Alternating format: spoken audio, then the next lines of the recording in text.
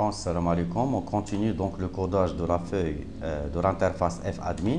Donc on a abouti donc à un cap de codage du bouton de suppression par exemple définitive d'un compte. Alors le clic sur le bouton btn supprimé donc doit effectuer donc lui-même des tests.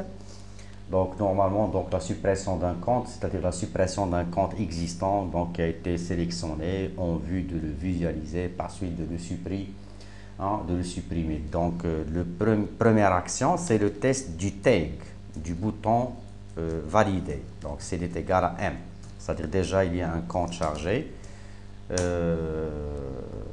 qu'on estime par suite supprimé.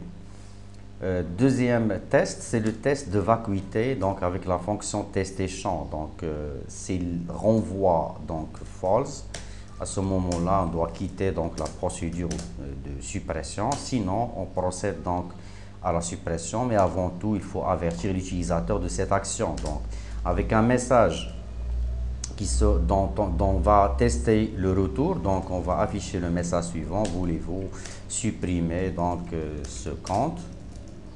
Donc, à condition, il y a une autre exception, c'est que le compte à supprimer doit être différent à celui de l'administrateur, pardon. Donc, un autre test à rajouter. Donc, si l'ancien profil, donc on va tester uniquement l'ancien profil. Donc, pour ce fait, je vais déclarer une autre variable publique, dans laquelle on va capturer, en plus du nom, le mot de passe, on va capturer l'ancien profil. L'ancien profil sera de même récupéré à partir de la zone T3 au moment de la sélection d'un compte. Donc ancien profil va recevoir la valeur de la zone T3 et on continue donc le codage du bouton de suppression. Donc le premier test à effectuer, donc il faut s'assurer qu'un compte est déjà chargé dans les zones T1, T2 et T3. Il faut tester que les champs T1, T2, T3 sont bien remplis. Un autre test, donc il s'agit là de 3 tests. Un autre test, si l'ancien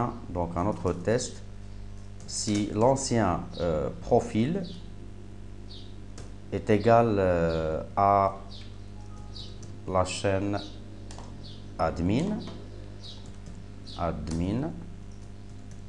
Donc à ce moment-là, on doit quitter donc la procédure avec un exit. Mais avant tout, donc affichage d'un message expliquant donc l'exception en question. Donc impossible par exemple de supprimer ce compte. Voilà, donc si on aboutit donc à ce cap là, donc on peut supprimer le compte en question, mais avant tout il faut prévenir donc l'utilisateur de cette suppression, donc avec un message: voulez-vous par exemple supprimer ce compte. Donc deux choix seront affichés, donc VPS Now avec une icône d'avertissement, VP donc interrogation ou bien VP question. Alors si le retour de la fonction MSGBox est égal à VBS, c'est-à-dire confirmation avec oui, donc on peut supprimer donc le compte en question. Donc je crée une autre commande